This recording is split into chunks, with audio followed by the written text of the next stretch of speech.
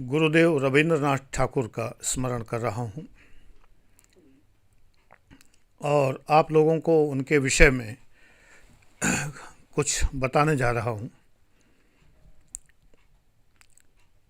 उनका एक कथन है, clouds come floating into my life, no longer carry rain or usher storm but to add colour to my sunset sky.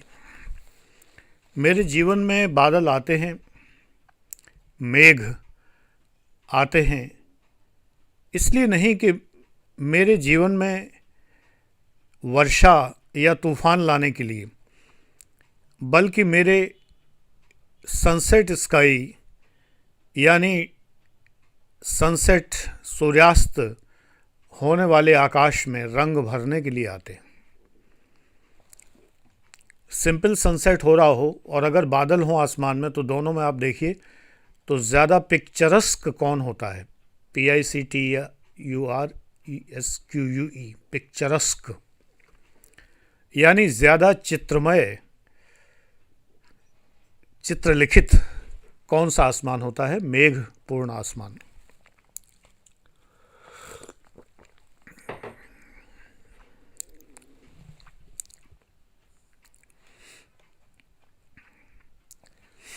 एक बहुत ज़बरदस्त उनकी सेइंग है, if you cry because the sun has gone out of your life, यदि तुम इसलिए रोते हो कि सूर्य तुम्हारे जीवन से डूब गया है, if you cry because the sun has gone out of your life, comma, your tears will prevent you from seeing the stars, तो तुम्हारे आंसू तुम्हें सितारे देखने से रोक लेंगे। इसलिए क्राई नहीं करना चाहिए। सूर्य अस्त हो गया तो रोने की ज़रूरत नहीं है, क्योंकि जो आंसू निकलेंगे वो सितारों का दीदार नहीं करने देंगे। लेकिन जो लोग रोते नहीं हैं कि सूर्य डूब गया, उन्हें सितारे नज़र आते हैं। मुझे स्मरण है, जो लोग मेरे पुराने व्यूअर्स हैं तो उन्हें भी स्मरण होगा कि मैंने ये घटना बताई है 2 बार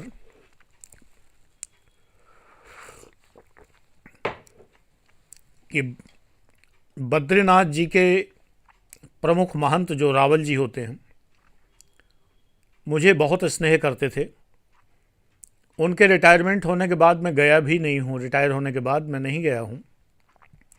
मुझे ऐसा लगा जैसे अब बद्रीनाथ में कुछ है ही नहीं। और एक घोर आश्चर्य की बात है कि मेरी पत्नी बहुत बीमार थी, हॉस्पिटलाइज थी। उनका फ़ोन आता है कि मैंने फेसबुक से कुछ ऐसा मुझे आभास हुआ कि आपकी पत्नी की तबीयत ठीक नहीं है, हम ईश्वर से प्रार्थना करेंगे। और सच में प्रार्थना फलित हुई और वो ठीक हो गई। बहुत दिन तक एडमिट रही थी, कोरोना पीरियड था। हालांकि कोरोना नहीं था ईश्वर की कृपा से, लेकिन फिर भी डर तो हमेशा रहता है ऐसे में कि हॉस्पिटल में जाते ही कहीं कुछ ना हो जाए। लेकिन रावल जी की असीम कृपा की उन्होंने जान के और तुरंत इस चीज़ को इंगित किया, यानी वो मुझे फॉलो करते हैं फेसबुक पर। बहुत बड़ी बात है। रावल जी बहुत बड़ी हस्ती होते हैं। तो वो कहा करते थे, पहली बार जब मैं बद्रीनाथ जी गया तो कुछ ऐसा संयोग हुआ है कि मैं बद्रीनाथ जी जब जब गया हूँ, शुरू में 3, 4, 5 बार, टोटल तो मैं 10-12 बार गया हूँ, एग्जैक्ट संख्या याद नहीं मुझे।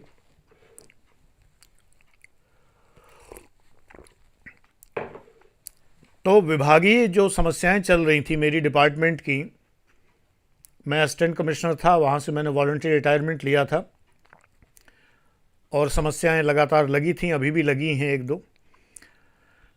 तो और बड़ी समस्याएं। तो वो समस्या वहीं सर उठाती थी कि बद्रीनाथ जी में मुझे जैसे तैसे फ़ोन मिलता था एडवोकेट का कि ऐसा हुआ है, ऐसा हुआ है। मैं भगवान की शरण में प्रार्थना करता था और वो समस्या प्रयास तो मुझे करना पड़ता था, नो डाउट, सारे मुकदमे लिखाने पड़ते थे, समझाने पड़ते थे, लेकिन ईश्वर की कृपा के सब में मैं विजित हुआ, जीता, और डिपार्टमेंट ने पराजय मुंह की खाई। तो मैं यहाँ रावल जी को स्मरण करने से रोक नहीं पाया अपने को, क्योंकि उन्होंने मुझसे कहा था, मुझे जज साहब कहते थे, बोले जज साहब,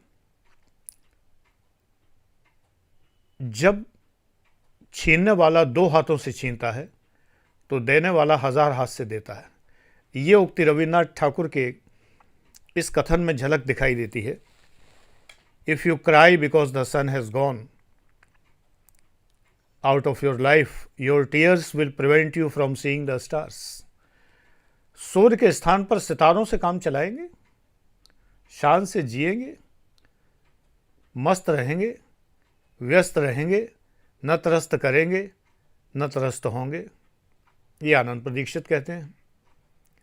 एक बात और इसके साथ साथ में, जो सरदार आसिफ साहब ने कही है, बिजनौर में जिला पंचायत राज अधिकारी थे और अजीम शायर भी, कि बता दो सूरज को समंदर हूँ कोई, बता दो सूरज को समंदर हूँ कोई दरिया नहीं, ठिकाने लगने में ज़रा वक्त लगता है। कुछ ऐसे ही अल्फाज थे। लफ्ज़ माने शब्द, अल्फाज माने शब्दों का बहुवचन, तो कुछ ऐसे ही अल्फाज थे। एक और किताब है, पढ़ना चाहिए आप लोगों को, हु मूव्ड माई चीज़। बहुत पतली सी किताब है। कुछ चूहे एक बिल में जाते थे, अंदर ही अंदर जाके एक कमरे में पहुंचते थे जहां पर चीज़ रखी हुई थी। चीज़ पनीर से, जो जिससे भी बनती हो, मुझे एग्जैक्ट नहीं पता किससे बनती है, लेकिन जो पिज़्ज़ा में टॉपिंग होती है ना चीज़ की, तो वो चीज़ बहुत सारी रखी हुई थी। तो वो चूहे अपना कुतर के ले आते थे, अपना बिल भरते रहते थे, पेट भरते रहते थे। एक दिन देखा कि वो चीज़ वहाँ से गायब है। ये देख के एक चूहे को तो इतना सदमा लगा कि वो मर गया, एक बेहोश हो गया, तमाम चूहे बिलबिलाने लगे बिल में। लेकिन एक समझदार चूहा वहाँ से निकल लिया और धीरे से दूसरे बिलों का रास्ता खोजने लगा। अंदर ही अंदर एक दूसरे कमरे में पहुँचा, देखा कि सारी चीज़ वहाँ रखी हुई है, मस्त हो गया, अपनी पहले की तरह चीज़ का जो है भंडारण करता रहा। हु मूव्ड माई चीज़। हमारे जीवन में ऐसे बहुत से सौभाग्य होते हैं कि वो हमारी चीज़ को, यानी हमारे सौभाग्य को, मैं कुछ सेंटेंस और बोल रहा था, सोच कहीं और रहा था, फिर से बोलता हूँ सेंटेंस। हमारे जीवन में बहुत से ऐसे सौभाग्य होते हैं कि जो उस चीज़ के समान होते हैं। इस दुनिया के तमाम लोग उन सौभाग्यों का हरण अपहरण करने में लगे रहते हैं। दुष्ट है ना लोग। तो हमें नए सौभाग्य के रास्ते तलाशने चाहिए। वो अपहरण कर लेंगे निश्चित रूप से, राक्षस हैं वो तो कर ही लेंगे। राक्षसों का काम क्या था? रावण सीता को हर लाया।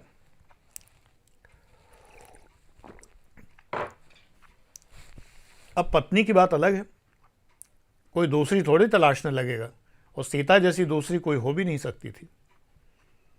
इसलिए राम ने उनसे युद्ध किया और परास्त किया, पछाड़ के मार डाला। ये तो एक अलग बात है। लेकिन हरण करना जिसका स्वभाव है, वो आपके सौभाग्य का हरण कर ले जाएगा, यानी आपके सौभाग्य को नष्ट कर देगा, आग लगा देगा, तमाम बातें करेगा। नौकरी से हटवा देगा, नौकरी से निकलवा देगा, नौकरी में व्यवधान करेगा, दुकान को बर्बाद कर देगा, व्यापार को बर्बाद कर देगा। ये नहीं कि लड़िए मत, लड़िए, अपने हक के लिए लड़िए, लेकिन जब मूव कर ही दी तो कुछ कर नहीं सकते। तो वो चीज़ जब मूव कर दी, सूर्य अस्त हो गया, तो सितारों की ओर देखिए, गुरुदेव कहते हैं। यहाँ पर इसका तात्पर्य ये नहीं है कि आप पलायन करें या कायरता को प्राप्त हों। इसका अर्थ ये है कि जब ऐसा हो ही गया जो इरिवर्सिबल है, यानी सूर्य अस्त हो गया, हम लड़के सूर्य को वापस नहीं ला सकते। अब हर कोई हनुमान जी तो होता नहीं कि पकड़ लाया जाए कि बाल समय रवि भक्ष लियो। सूर्य भी जो है, या एक और पौराणिक प्रसंग है कि सूर्य को पकड़ लिया था, अस्त नहीं होने दिया। ये तो रेयर बातें हैं। हम इंसान हैं, हमारा सौभाग्य हरण हो जाता है। तो हमें ध्यान रखना चाहिए।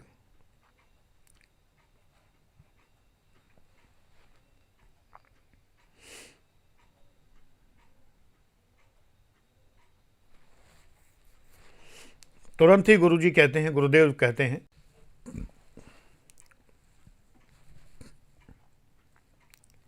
Late me not pray to the sheltered to be sheltered from dangers but to be fearless in facing them.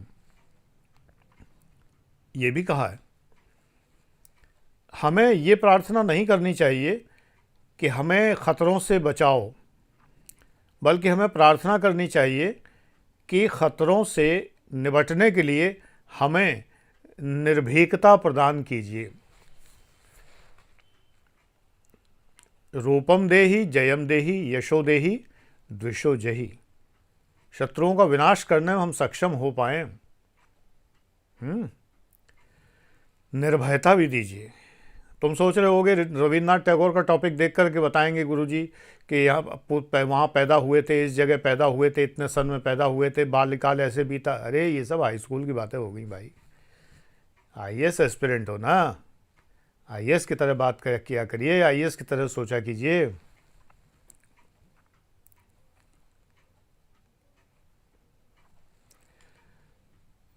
गुरुदेव रविन्द्रनाथ ठाकुर कहते हैं, you cannot cross the sea merely by standing and staring at the water. ये आप लोगों के लिए, आप महासागर को इस तरह पार नहीं कर सकते कि किनारे पर आप खड़े हो गए और उसको घूरे जा रहे हैं। अभी तो घूरे ही जा रहे हैं,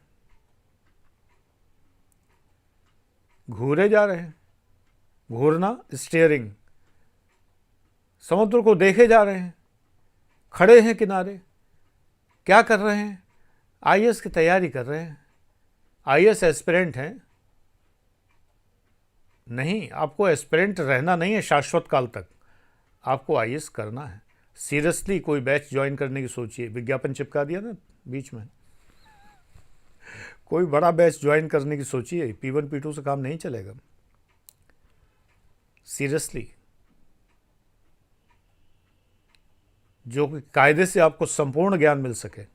संपूर्ण ज्ञान के बिना कुछ नहीं होता है। ये तो फ्री चैनल का सब्स्टिट्यूट है कि सब्सक्रिप्शन करके आप यहाँ आ गए। ज़बरदस्त फ़र्क है कंटेंट में, तमाम बातों में। ये कंटेंट फ्री चैनल से 1000 गुनी अच्छी हो रही है और होने वाली है, लेकिन उस करोड़ों गुना अच्छी कंटेंट के तुलना में अभी नहीं है, हो भी नहीं सकती, जो टू द पॉइंट टीचिंग है एकदम। If you can afford then you should go for it. I slept and dreamt that life was joy. I awoke and saw that the life was service. I acted and behold, service was joy. वाह! मैं सोया और स्वप्न देखा कि जिंदगी एक आनंद है। मैं जागा तो पाया कि जीवन एक सेवा है। तो मैंने पाया कि सेवा में ही आनंद है। कितनी बढ़िया बात। सपने में देखा कि जिंदगी एक आनंद है, जॉय है, लेकिन जब जागे तो देखा सेवा ही जीवन है। अब जॉय भी करना है और सेवा भी करनी है, तो सेवा में आनंद लो। पीड़ा में आनंद जिसे हो आए मेरी मधुशाला, हरिवंश राय बच्चन। पीड़ा में आनंद लो। मुझे एक बार मेरे एक डिपार्टमेंटल शत्रु मिले क्या, मेरे सहपाठी चंद्र प्रकाश पांडे जो राज्यपाल के सचिव थे। मैं YSS आश्रम उन्हें ले जा रहा था, गुरु परमहंस योगानंद जी से परिचित कराने के लिए उनके पुस्तकालय ले जा रहा था। मैंने उन्हें कुछ पुस्तकें भी सजेस्ट की और उनको सदस्यता भी दिलवाई वहाँ की।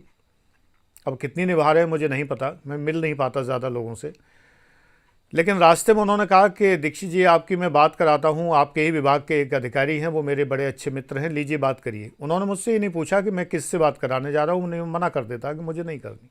जब उन्होंने बात की तो उन्होंने एक नाम लिया, जो नाम तो एक ऋषि का नाम है, लेकिन वो बहुत निकृष्ट व्यक्ति है। मुझे उसने इतनी हानि पहुँचाई। अब उनकी तो वो मक्खनबाजी में लगा था, क्योंकि उसकी आदत थी मक्खनबाजी करना बड़े अधिकारियों की। अब सीपी पांडे बड़े अधिकारी, तो वो जो ऋषि नाम धर्मा जो दुष्ट व्यक्ति था वो उनकी मक्खनबाजी में लग गया था। तो वो नहीं समझ पाए, सरल व्यक्ति हैं, कि ये चापलूस है, मक्खनबाज है, धूर्त है, मक्कार है।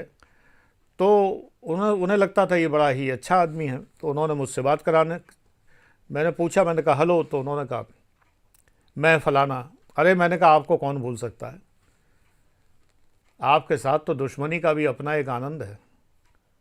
हालांकि मैंने आपका कुछ नहीं बिगाड़ा, आपने मेरा सब कुछ बिगाड़ा जितना बिगाड़ सकते थे। लेकिन बस इस फ़ोन पर मैं पांडे जी के सामने इतना ज़रूर कहूँगा कि याद कर लीजिए, मैंने आपका कुछ नहीं बिगाड़ा, मैं दुश्मनी ऐसे ही निभाता हूँ। वो शायद इतने शर्मिंदा हुए कि उसके बाद उन्होंने मेरे किसी बहुत ख़ास परिचित के सामने माफ़ी मांगी। मुझसे तो उनकी हिम्मत नहीं हुई नज़रें मिलाने की, और माफ़ी मांगी और कहा कि मैं वास्तव में दीक्षित जी के सामने बहुत शर्मिंदा हूँ। मेरा इरादा कोई दुश्मनी निभाने का नहीं था, बस वो डिपार्टमेंट के कर्तव्यों के नाते हो गया। हालांकि वो झूठ बोल रहे थे, कर्तव्य कुछ नहीं, प्रमोशन लिस्ट में उनका नाम ठीक मुझसे नीचे था। अगर मैं विभाग छोड़ देता, जो कि मैंने छोड़ दिया, या मैं परेशान होता, तो वो प्रमोट हो जाते, मैं रह जाता। मैंने तो वैसे भी छोड़ने का निर्णय ले लिया था। वो तसल्ली तो करते थोड़ा सा। तो शत्रुता भी निभाने के तरीके होते हैं अपने अपने। तो अंत में गुरुदेव रवींद्रनाथ ठाकुर के जो मुझे रविंद्र संगीत बहुत प्रिय है, आप लोग ज़रूर सुनिए। एशो श्यामलो सुंदरो, वो बहुत श्यामल और सुंदर है भगवान कृष्ण। एशो श्यामलो सुंदरो। पागोल हवा, ये भी बड़ा अच्छा है, बहुत सुंदर है, सुनने लायक है। पगला हवा, पगला हवार। और जागोत पारा बारे रे तीरे छेलरा कोरे मेला, जागोत पारा बारे रे तीरे छेलरा कोरे मेला, ये वाला, ये तो मुझे पूरा ही याद है। और जागो तो आनंद जोगो हमार निमंत्रणों, संसार के आनंद यज्ञ में हमारा निमंत्रण है, ये बड़ा अच्छा है। और श्यामा गीत बड़े अच्छे हैं। और अगर बंगाली सुनना है तो नज़रुल गीतिका सुनिए, नज़रुल वाणी, नज़रुल गीतिका, काजी नज़रुल इस्लाम के गीत हैं, बहुत सुंदर गीत हैं। रविन्द्रनाथ टैगोर के तो एप्पल म्यूज़िक पर तो भरे पड़े हैं, और यूट्यूब पर तो उससे भी ज़्यादा होंगे। बहुत सुंदर सुंदर रविंद्रनाथ, उसको सर्च करना हो तो RABINDRA, रविंद्र संगीत, इस तरह करके सर्च करते हैं। बहुत सुंदर गान है, सुनने लायक हैं। आनंदपूर्ण प्रातःकाल के लिए ये सब चीज़ें सुनना चाहिए, बहुत ज़रूरी हैं ज़िंदगी के लिए। एक और है वो सात भाई चंपा, वो मुझे याद नहीं ठीक से कि वो गुरुदेव रविन्द्रनाथ ठाकुर का है या किसी और का है, लेकिन सात भाई चंपा ये लता मंगेशकर ने गाया हुआ है। आशा भोंसले का एक बहुत सुंदर गीत है, चांद मामा बाड़ीर थे के जाबो, चंदा मामा के घर जाएंगे, तो बंगाली में है चांद मामा बाड़ीर थे के जाबो, हो तो हुत तक, ऐसे करके आता है। मेरे कानों में बसा हुआ है, सुनता आ रहा हूँ जाने कब से, 1975 से सुनता आ रहा हूँ, 1975 से। बड़ी मुश्किल में मिला, क्योंकि यूट्यूब पे उसमें स्पेलिंग मिस्टेक है, तो वो मिल नहीं रहा था। मैं कहूँ कि मेरा बड़ा प्रिय गाना नहीं मिल रहा है, आखिर पता नहीं कैसे यूट्यूब कोई दया आ गई, वो मिल गया, लेकिन उस पर स्पेलिंग मिस्टेक है यूट्यूब पे, इसलिए वो मिल नहीं रहा था मुझे। अब मैं खुद भूल गया कि क्या स्पेलिंग मिस्टेक है, लेकिन और मैं तो सुधार नहीं सकता था उसे, मैंने सब डाउनलोड कर लिए सारे के सारे। तो गुरुदेव रविन्द्रनाथ ठाकुर के लिए रविंद्र गीतांजलि जो है, जिस पर नोबेल पुरस्कार मिला है, आपको पढ़नी चाहिए अपनी भाषा में। सभी भाषाओं में उसका अनुवाद है, आप जो जिस भाषा भाषी हैं, गुजराती, बंगाली, पंजाबी, जो भी आप हैं, हिंदी में है, अंग्रेज़ी में तो मूल है ही है, तो उसमें पढ़िए। मैंने तो बंगाली सीखी इसीलिए थी कि मुझे गीतांजलि पढ़नी थी, इसलिए बंगाली सीखी थी। बोलता तो हूँ नहीं किसी से, तो किससे बोलूँ। इसको भी ज़माना बीत गया, 1973 में सीखी थी। लिख लेता हूँ, लिख तो मैं, बहुत सुंदर हैंड राइटिंग है मेरा बंगाली का, हिंदी से ज़्यादा सुंदर हैंड राइटिंग है। I can write, I can read, but I can't speak. It is difficult. Thank you. God bless you.